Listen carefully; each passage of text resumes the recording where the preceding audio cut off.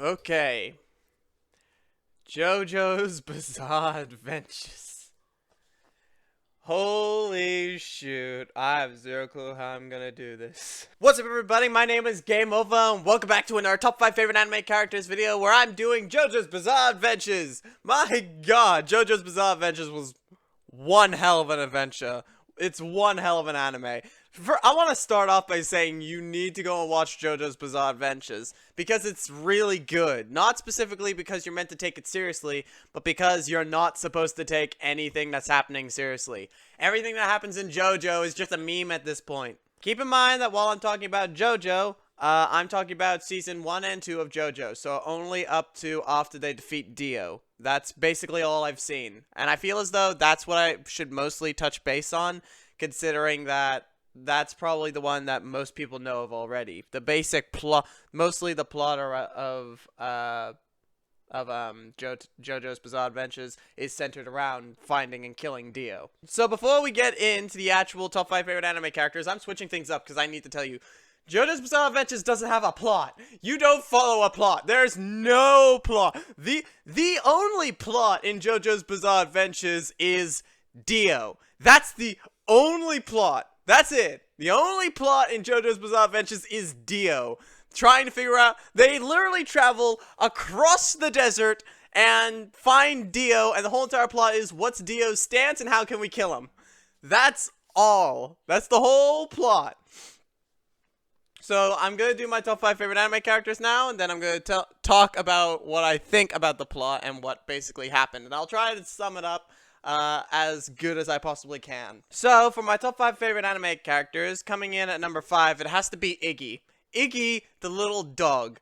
Keep in mind that every single character on this list is in this list because they're funny. Because they're just funny to me. That's the only reason why they are even on this list. All characters are just funny to me. There's no personality thing, there's no design thing, it's just that they're funny. And Iggy is no exception, especially the moment when Iggy starts talking, except Iggy isn't actually talking, we're just listening to what Iggy is thinking. It's funny. Coming in at my number 4, it has to be Polnareff, because funny, and because I like his stance, the chariot. His stance is so cool because it's just a really skinny knight. That's all it is. It's just a really skinny knight with a sword. And then when he starts dual wielding, it's awesome. Coming in at my number 3, yes, I'm speedrunning this now, is Speedwagon. Specifically, the Speedwagon from old times. That's the Speedwagon. That's at my number 3. This is pretty much the only character that isn't just because he's funny. He is funny, but also because he just looks epic to me, and also just seems like an absolute gentleman to me, even though he's not supposed to be. He's literally in the scumbag part of the city, and he's treating everything like he's talking all gentlemanly, and then when he doesn't get his and then when he doesn't die from the Joestar family, he's just like, wait, you were holding back on me. I think I might help you now. And then just confronting Dio. It was all epic. This guy is run to the core! I love that whole scene. I loved it so much. I want to rewatch it now. Coming in at my number 2, my number 2 would have to be the Gambler. Don't expect me to remember his name, because I don't. But it has to be the Gambler, specifically because that whole episode, I didn't know what was happening.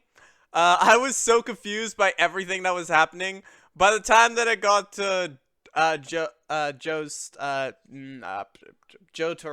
by the time it got to Jotaro versing him in a game of poker, the only things coming out of my mouth were, "Ha! What is happening? Am I having a stroke or something? What the hell is going on?" I was laughing my guts up the entire time. It was absolutely hilarious. And that's literally the only reason why he's at my number 2. He's probably, like, the closest to my favorite character, apart from my number 1. And then at number 1 is Jotaro, obviously. But Jotaro is my favorite because, for some weird reason, he just knows how to combat everything.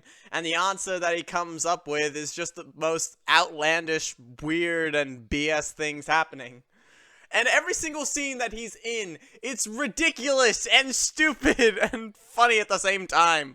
Like that one scene where they were playing a video game against the butler of Dio's household. That time when they were playing a video game and every single time you looked into his soul to find what he was truly thinking, and it was just saying yes, yes, yes, yes, yes. I had no, but at that point it happened so many times that it was confusing me what was happening. Yeah, I was like, yeah, I knew, yeah, he's asking him a question and he can only answer yes or no, and it's obviously saying yes, he's doing this, or no, he's not. Like, that's obvious. It's obvious to me. That is how it makes sense. But it happened so many times that my brain started going, wait, what's happening? Why is this happening? Wait, what? It started causing errors in my brain, and I was just like, what's happening? Am I hallucinating? Is that what's happening? Did I eat some weird mushrooms in the forest? But yeah, those are my top 5. I'm speed running through this because I want to get to the plot. I have quite a bit to say about the plot. First of all, you all understand the plot is basically they're traveling through the desert to get to Dio and kill him. That is the entire plot. Dio has a bunch of henchmen that's trying to stop him, and that's it. They run into a bunch of henchmen. Eventually, they get to Cairo, which is like the main capital of Egypt, I think. I don't know. I don't know geography. And after they get to Dio, then they fight him. 2 people die, and they try to kill him. But what I want to talk about is everything that happened during that point. First of all, why did they have to walk through the desert? The entire plot, they're walking through... I know that they had to walk through the desert so then they could slowly kill each and every servant of Dio, and then Dio. But the entire time, they could have just taken a car, which they were for some of the time, and then the car got destroyed, so they were like, nah, we're not gonna buy another truck like we did when we were in Cairo in the future. We're just gonna walk. And not only that, but also... when one of the main characters gets his eyes scratched and has to go to the hospital, the Speedwagon hospital chopper just came in, took him, and flew off. A chopper. The Joestar family seems to be really rich. Why didn't they just take a plane or a jet or a helicopter there? And why didn't they ask the hospital people to fly to Cairo with them? They just came, dropped off Iggy, took the other dude, and went. And even after that, when they got to Cairo and they killed Dio, afterwards they all get on a plane in Cairo and take the plane to New York or America or wherever they're going. Why didn't they just catch a plane? And if they did catch a plane to get to Egypt, why did they catch it to the place where they would have to walk across the desert in order to get to Dio? I swear, Joseph just wanted to cause a road trip. He just wanted a road trip, man. You could have just asked your son and a bunch of random dudes that you found on the street, hey, do you want a road trip while we get... In fact, that's probably what he did. They were just like, we need to kill Dio. So, let's take an airplane. No, we will not take an airplane. How about we just have a really long road trip? But won't that take too long and cause Dio to gain power while we're trying to speedily kill him so then we can kill him before he gets super powerful? Yes, but road trip works for me! The next thing I want to say is the music. I want to talk about the music. Mostly the main theme song that plays, like the main title screen theme thing. That is flippin' awesome because the creators, the director or the editors or whatever, they are very good at detail. Mostly because at the beginning, the title screen is nothing special. It's just showing you what happens. The screen breaks and glass goes everywhere, but nothing apart from that is very special. But once we get to Dio, and specifically the episode where we find out what Dio's stance is, the title screen changes a tiny bit to show that the reason why the glass is breaking in the title screen is because Dio is freezing time and breaking the glass. That is so flippin' cool. I like that small detail. That small detail sent me off the rockers because after like the first 5 times I seen the title screen, I was skipping it. But then in the final like few episodes, I clicked on the ending and it showed that Dio was happening. I was like, wait, did it change? And I was, no, they just added a small detail to explain what was happening. That is clever, and I love it. I love those small, tiny little details. I went back and checked to figure out when it actually did change. It's so cool. I love it so damn much. I'll give an example if I can on screen. Fudge me, I love it so much. But yeah, then the next thing I want to talk about is Dio's stance. Basically, it's been ruined by now that Dio's stance was freezing time. I knew it was freezing time before I even got to get to Dio because of how memed it was on the internet. That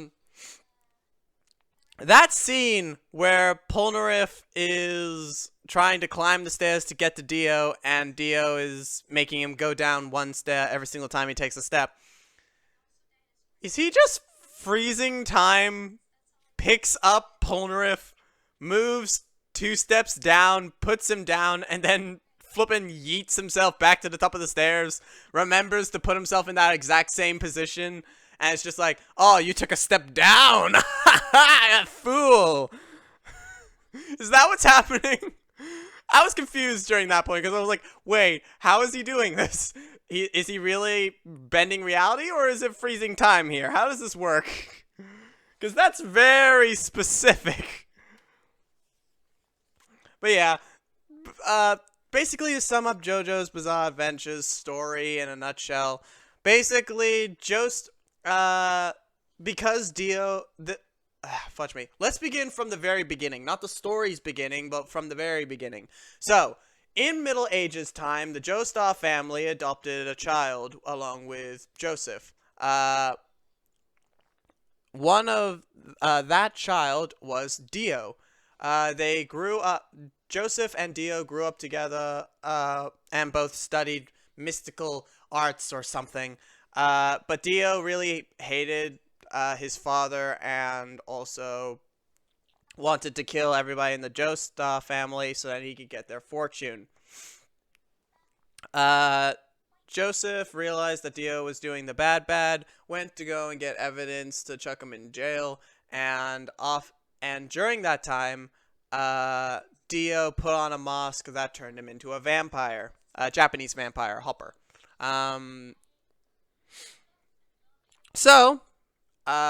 Then Joseph, like, chopped his head off at some point, and Dio was now living, but with only as a head. Flash forward to the future, a random boat explodes, which is where the anime begins. A random boat explodes, and Dio's head takes control of one of the Joestar family's family members, which is Joseph's father. Joseph, the present Joseph, not the past Joseph, which is Jotaro's granddad, I think. So Dio now has a new body, and because he's back, everybody now has these amazing abilities called stands. They were awakened because Dio came back, and the world just decided, hey, you need mystical powers to kill this guy. You get mystical powers. Then Joseph goes to see his son, Jotaro, who locked himself in jail because he says he has an evil spirit, and he wants to know the meaning that he got this evil spirit. Joseph tells him, that's not an evil spirit, you gotta stand, my son. And Joseph's just like, huh? Anyway, they decide, yes, let's go and kill Dio, because he has your granddad's body, and he is evil. And also, halfway through the anime, I realized, wait, that's not the only reason. They actually have a reason to go and kill Dio. The reason being that Jotaro's sister got hit with a illness from Dio, and the only way to cure her is to kill Dio. So that's the reason why. Then we meet Polnareff and yada yada yada, all these characters. My hair is weird. Why is my hair weird back here? Look at that, it's sticking up at the back. Don't worry about that. But yeah, then they travel through the desert killing Dio's family members. They get to Dio. They two characters die. Dio flippin'. We reveal that Dio's power is the ability to stop time, and then Jotaro realizes, oh wait, your stand is the exact same as mine apparently, and I'm literally the only one who can beat you. So that's how that's how an amazing battle happened, and that's how the meme, oh, you're approaching me instead of running away, you're coming right at me, came from. And that's basically the entire plot. They kill Dio and everything's all hunky-dory. That's the entire plot. There you go. See what I mean when I said the plot was Dio? I could have literally chopped out all of his servants. I could have chopped them all out and just said, the plot is kill Dio. And nothing would have changed. Nothing would have changed. The plot is still the same. Everything's still the same. Go flipping go home and be happy that you have watched JoJo without actually watching JoJo. But yeah, that's basically what this video is about. That's it. That's all I got. So thank you all so much for watching this video. I hope you all did enjoy it. If you liked it, please hit the like button. If you're new to my channel, please hit the subscribe button to see more awesome and amazing videos that are just like this one right here. And leave a comment on what you thought of JoJo. Please tell me who your top favorite 5 characters are. If I said things wrong, please correct me. And yada yada yada. Boring! And thanks again for watching. Until next time, with no game to be over. Bye-bye! See you later, everybody.